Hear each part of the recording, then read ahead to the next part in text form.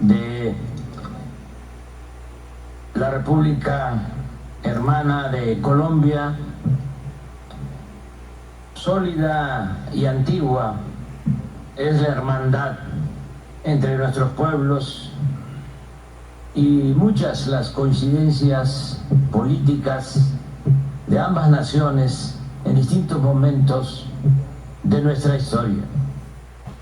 Por ejemplo, el único presidente indígena que ha tenido Colombia, el general progresista José María Dionisio Melo y Ortiz, derrocado y perseguido por los conservadores, encontró refugio y combatió en Chiapas, en México, en el ejército liberal de Ángel Albino Corzo, representante fiel de las ideas reformistas y libertarias del mejor presidente que hemos tenido en nuestro país, Benito Juárez García, un indígena zapoteco que fue considerado en su tiempo como el benemérito de las Américas. Es importante recordar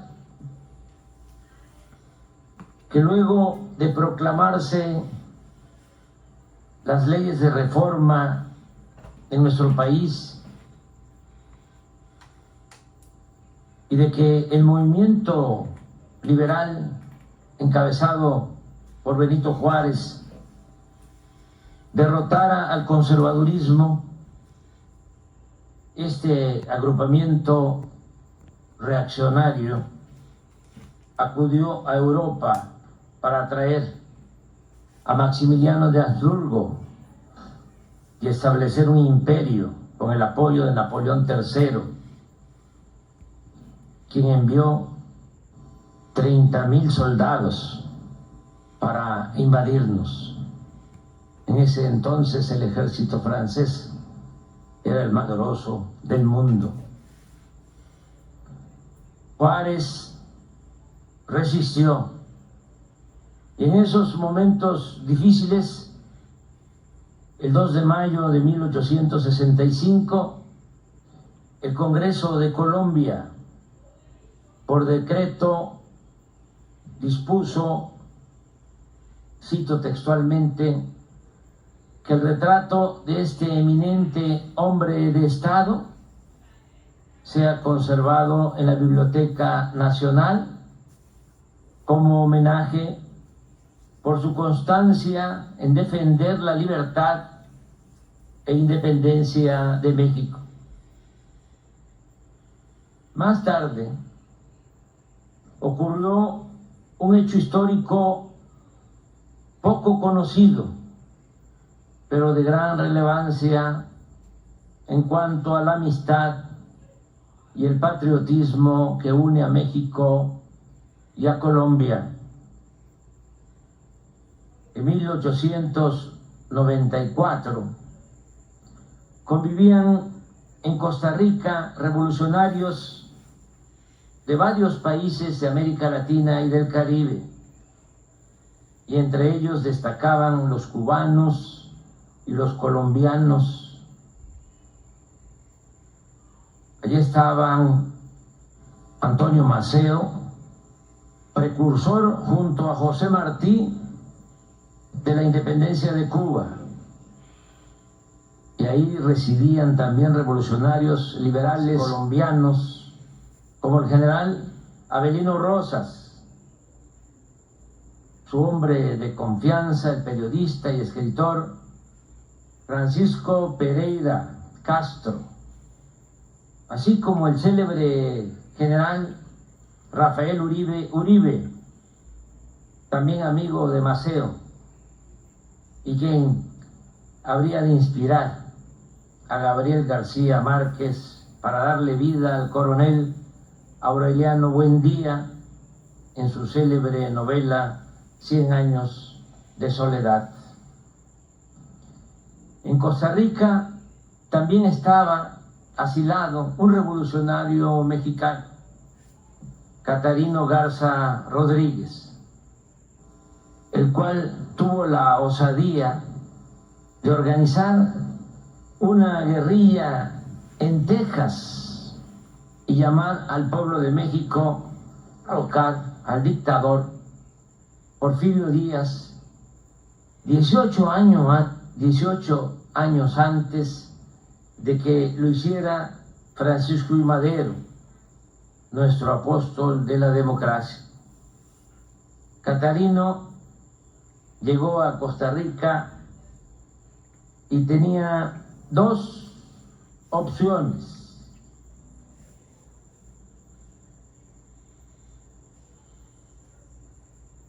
unirse a los cubanos que en ese tiempo se embarcaron para lograr la independencia de una de las dos únicas colonias que la monarquía española conservaba en el continente, o colaborar con los liberales colombianos en el derrocamiento del gobierno conservador de este país.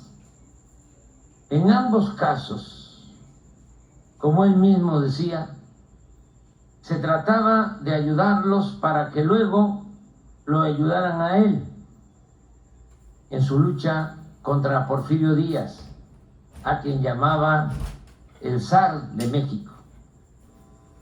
En una carta a su esposa, Catarino escribía: quizá me sea necesario ayudar a otros pueblos primero para que después me ayuden a mí.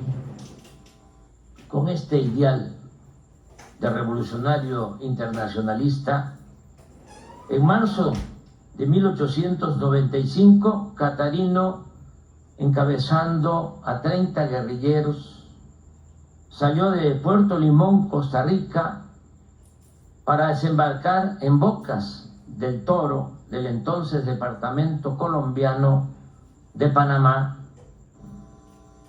El objetivo era la toma del cuartel de Bocas del Toro, pero en los primeros combates el revolucionario mexicano perdió la vida y ahí quedó, enterrado en una fosa común, junto con Pereira y otros combatientes. Así como nosotros estamos ahora, por solicitud del presidente Gustavo Petro, ayudando a encontrar en la Trinitaria Chiapas los restos del general Melo para que sean devueltos a Colombia. En Panamá existe un equipo de expertos haciendo otro tanto para que podamos repatriar los restos de Catarino. Es nuestro interés de conocer más sobre este guerrillero internacionalista mexicano. Nos ayudó mucho el testimonio del comandante colombiano Donaldo Velasco, encargado en ese entonces del regimiento militar de Bocas del Toro y Colón, quien tuvo el acierto de publicar un folleto en el que narró con buena prosa lo sucedido durante el malogrado desembarco. A pesar de su conservadurismo, Velasco dejó de manifiesto su profunda admiración por Catarino Garza, al sostener: no era en mi concepto el bandido vulgar que retratan los norteamericanos.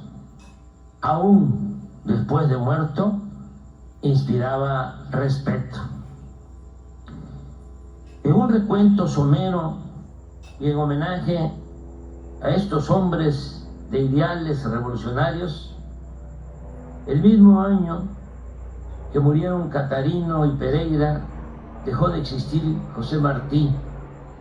A Maceo lo asesinaron en 1896. A Rosas en 1901.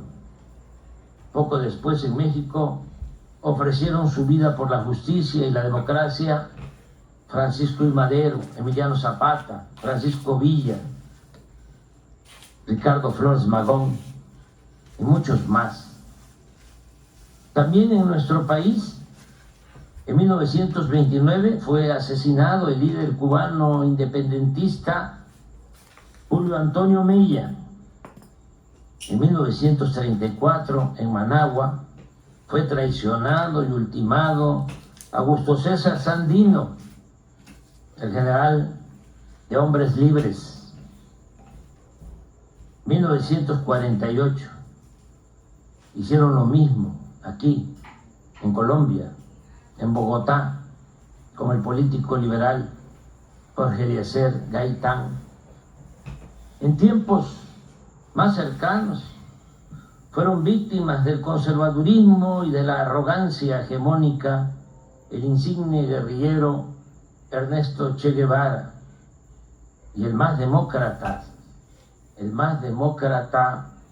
de los políticos latinoamericanos, Salvador Allende. Así como muchos héroes anónimos olvidados, pero benditos, y otros que seguirán surgiendo porque la lucha por la dignidad y la libertad de los pueblos es una historia sin fin. Amigo, hermano y compañero presidente Gustavo Petro, como usted y otros colombianos saben, nuestros pueblos siempre se unirán en la búsqueda de la libertad, de la justicia, de la democracia y en la defensa de nuestras soberanías. Tuve la fortuna de conocer y ser amigo del Cervantes de nuestra América, Gabriel García Márquez, quien decidió tener como segunda patria a nuestro país. Este hombre inteligente, respetuoso y humanista siempre llevaba a Colombia prendida en el corazón y al mismo tiempo defendía sin titubeos el derecho inalienable y sagrado de la soberanía de los pueblos de nuestra América. A diferencia de otros que optaron por la indefinición y el coqueteo con la oligarquía y los poderes hegemónicos, el Gabo prefirió ponerse cera en los oídos para no escuchar el canto de las sirenas. Yo vengo a Colombia ahora, presidente Petro, a decirle lo evidente, que usted puede contar con nosotros, que conocemos su trayectoria como luchador social, que admiramos su honestidad y su patriotismo. Celebramos que Colombia y su pueblo estén viviendo un momento estelar en su historia fecunda, sobre la hermandad de nuestras naciones.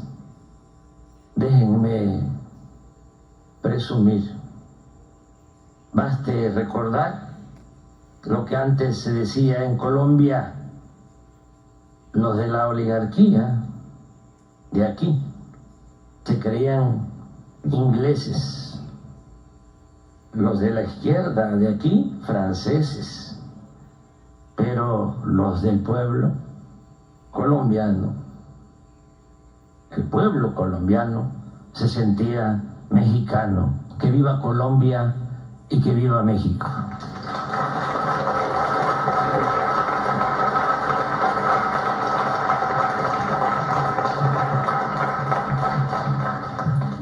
Bueno, presidente, compañero Andrés Manuel López Obrador, los ministros y los medios de comunicación, que pese a que yo hablé un poco, bastante, hace unos minutos y pues de ahí salen las intenciones de estas reuniones que hemos convenido en nuestra visita ya a México, y es tratar, y es una lucha, eso no es fácil, de construir una posición diferenciada, común de América Latina en torno a dos grandes problemas contemporáneos que precisamente no estaban presentes en tiempos de Rafael Uribe, Maceo y Garza, que es el tema de las drogas, la política antidrogas, que hace a América Latina víctima con 1 millón de muertos ya, y el tema de la inmigración, que tendrá otro espacio de discusión. Colombia parecía no estar muy en el escenario de las grandes migraciones mundiales, de los éxodos, le llamo yo, el éxodo, que como el Papa Francisco dice, trae nuevas esclavitudes. Y lo hemos probado ahora de una manera casi que protagónica. Colombia se ha convertido en un centro de recepción masivo de migrantes que quieren ver el país como país de paso, no quedarse aquí. Que arranca con una mala política, igual que este tema de las drogas se ha convertido en una mala política que no deja sino sangre y muertos y destrucción democrática a su paso. En vez de concentrar el esfuerzo en reducir la demanda, el consumo, etc. En el caso de la migración, fue el bloqueo económico lo que empezó a lanzar una serie de oleadas poblacionales de éxodos, primero de Venezuela hacia Colombia. Nosotros, más que bien, y hay que decirlo que se le felicita, no provocó una política xenofóbica. Teníamos ya una fuerte relación, millones de colombianos habían pasado a Venezuela en tiempos diferentes, y eso se volvió un boomerang. Ese flujo se repartió por toda América, inició como una especie de imitación otros flujos de otros pueblos, ecuatorianos, colombianos, haitianos, afganos, chinos, de muchas partes de Asia, y empezó un flujo partiendo de Colombia por el tapón del Darién, se llama así, una selva inhóspita. Comenzó por centenares, ahora son miles al día. 3.000 más pasan al día, con niños, con niñas, mujeres. Se vuelven 6.000 al llegar a México y se vuelven 7.000 al llegar cada día a la frontera con los Estados Unidos. Y tenemos entonces un problema americano. El problema inició con un bloqueo. Yo pienso que relativamente en un plazo corto, porque los problemas se van a agudizar si sigue la crisis climática, se podría resolver si se quita el bloqueo. Creo que esto es lo que se llaman las políticas desacertadas, los boomerangs. Se piensa con una intención y termina pegándole la cabeza al que lanzó la política. Y no está bien, digamos, que ya tengamos para este año 500.000 de personas pasando por el tapón del Darién en manos del destino de la naturaleza y sobre todo de las mafias. Y el año entrante puede ser 1 millón, y después pueden ser 2 millones, y allá pueden ser 4 millones. Se ha iniciado un éxodo del sur al norte que tiene que ver con muchas causas, entre otras la desigualdad, la pobreza, pero también con políticas que están mal hechas, mal construidas, torpes, como la de bloquear económicamente una sociedad pensando que se cae un régimen y lo que se cae es el pueblo, lo que se cae es la sociedad misma. Usted nos ha traído una parte de la historia. Yo ya cuando fui a México hablé de Melo, General Melo, que es el único presidente indígena que ha tenido Colombia y el único que no está enterrado en Colombia. ¿Quién sabe dónde me enterrarán a mí así por ese paso? Está allá en Chiapas, después de hacer periplo que marca el alma latinoamericana. Yo creo que ahí es mirando esas vidas de antes donde recuperamos en cierta forma algo que se nos ha perdido. Porque ese indígena de Coyaima, fue general de la República. ¿Cómo un indígena llegó a ser general de la República en Colombia? Hoy nos sorprendería, porque era el general del Ejército Libertador. Y el Ejército Libertador solo pudo ser ejército y vencer a los españoles, porque tenía que tener indígenas, negros, mestizos, gente del pueblo. Era un ejército popular de liberación. Y ese ejército libertador obviamente no le gustaba a quienes querían y tenían una visión de élite y de exclusión en la sociedad colombiana, a los dueños de los esclavos, que gobernaron a Colombia hasta 1850. Y sus descendientes todavía quieren seguir gobernando Colombia. Y ese general entonces pudo ser general por ser indígena, era teniente en los tiempos de Bolívar y peleó al lado de Bolívar en las principales batallas. Y a la muerte de Bolívar fue a defender las ideas de Bolívar peleando en Venezuela contra Páez para restablecer la Gran Colombia. Y de lado volvió a Colombia y los obreros de Bogotá lo volvieron presidente en una insurrección y duró 8 meses porque los dueños de los esclavos organizaron ejércitos aquí en Popayán, al sur, y en Antioquia. Rodearon a Bogotá y destruyeron el Ejército Libertador y se acabó el Ejército Libertador. Murió. Y el general se fue a Nicaragua y peleó contra un pirata que se quería tomar Nicaragua y El Salvador, y después a Chiapas a defender a Benito Juárez bajo sus ideas de construir una profunda democracia, y allá lo fusilaron y allá está enterrado. Y ustedes me regalaron los documentos que aquí prácticamente no existen. La carta de la hija pidiendo que su cadáver retornara a Colombia, y nadie de Colombia volvió a pelear por su cuerpo, por su historia. No les gusta esa historia. Un indígena presidente. No les gusta que la vicepresidente sea negra, y no les gusta que el presidente haya sido insurgente. No les gusta que el pueblo gobierne. Eso es todo. No les gusta la democracia. Y estas son luchas por la democracia olvidadas, pero que hay que recuperar. Porque recuperar la historia es recuperar también el presente y el futuro. Por eso este evento que yo no conocía y que usted me enseñó, también tiene una enorme enseñanza en la historia latinoamericana. Es que no nos creíamos de un país y extranjeros de los otros. Nos creíamos el mismo pueblo. Por eso Melo iba a Venezuela a pelear, y por eso iba a Honduras, y por eso iba a Nicaragua, y por eso muere en México, y por eso Bolívar nace en Caracas pero muere en Santa Marta, y por eso el Che nace en Argentina pero muere en Bolivia después de hacer una revolución. Y por eso nosotros somos así, y hay que recuperar ese espíritu. Por eso se reunían a la luz de las velas en esa aldea que debió ser en ese entonces Bocas del Toro, República de Colombia, que hoy no es de Colombia, porque parte de esa historia tiene que ver con eso. Se reúnen estas 3 personas de película. Caterina Garza, que es el mexicano que ha luchado al interior de los Estados Unidos, él tratando de recuperar el territorio de México, que ahora se llama Texas.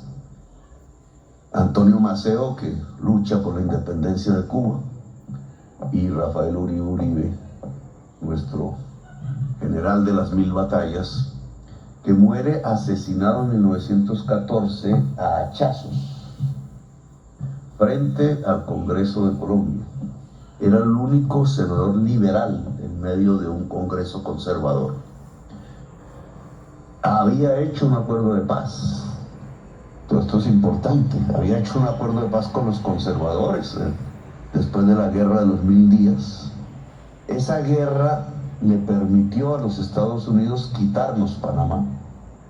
Por eso Bocas del Toro ya no es de Colombia, era de Colombia. Ahí estaban reunidos los revolucionarios liberales queriendo profundizar la democracia en toda América en un pueblo de Colombia, a la luz de las velas, Cosmo, la insurgencia. Él hizo la paz, tantas veces intentada en Colombia, un proceso de paz, y se acabó la guerra de las 1000 días, que quizás es una de las peores que hemos tenido. Nosotros vivimos en guerra perpetua. Y después de hacer la paz, dando sus discursos en el Senado, sale un día y a los pocos metros de la salida del Congreso de la República, con hachas lo matan 2 personas, al parecer contratadas en ese momento por el jefe de la policía y la curia. ¿Cuál es el pecado de Rafael Uribe Uribe en ese momento para recibir la pena de muerte? Pelear por la educación pública. Rafael Uribe Uribe quería un sistema de educación pública en toda la República de Colombia. Y esa fue la causa por la que lo mataron. Y ahora, si uno mira un debate local de los tantos que hay aquí en Colombia, precisamente alguien está proponiendo acabar con la educación pública a partir de que el presupuesto público se entregue en bonos para que los niños y las niñas estudien en colegios privados. Lo cual, de entrada, dado que el colegio privado es más caro y tiene utilidad, acortaría completamente la cobertura de quienes podrían estudiar, pero es un ataque a un principio democrático fundamental, la educación pública, que este gobierno piensa es fortalecer, no acabar. Bueno, a Rafael Uribe Uribe lo mataron por querer que en Colombia existiera una fuerte educación pública, y ese era el pensamiento de estas personas. Y yo creo que a la larga ahora, porque esto es 1895, un siglo atrás, habían otros jovencitos a la luz de las velas conspirando a hacer una revolución en nuestras tierras. Los Nariño, los Camilos Torres, los Carbonell, los Mirandas, los Sucre, todos muchachitos y muchachitas como Manuelita Sáenz y La Pona. Un siglo después son ellos, y estamos otra vez un siglo después, y ahora somos nosotros. Y ese nosotros y nosotras tiene que volver a este espíritu. Y es que no tenemos fronteras en realidad, que somos un mismo pueblo con similares problemas, en una diversidad intensa y con una enorme capacidad de construir belleza. Usted me decía, los españoles trajeron la codicia del oro, los indígenas no lo tenían. No había codicia por el oro en estas tierras. Fue de allá que vino ese contravalor, y por eso tantos muertos. Ahora hay otros valores que hay que volver a restablecer en nuestras sociedades: la libertad real, no la libertad de mentiras, de que es que yo puedo ir a comprar en la tienda, sí, si no tienes plata aquí, no tienes libertad, se acabó la libertad. No, la libertad integral del ser humano, la democracia profunda. La democracia profunda es que vuelvan a haber presidentes indígenas y mujeres, y negros y negras, y toda nuestra diversidad en el poder, porque no podemos dividirnos entre unos tonos de piel y otros tonos de piel. Eso es propio de Hitler, un criminal.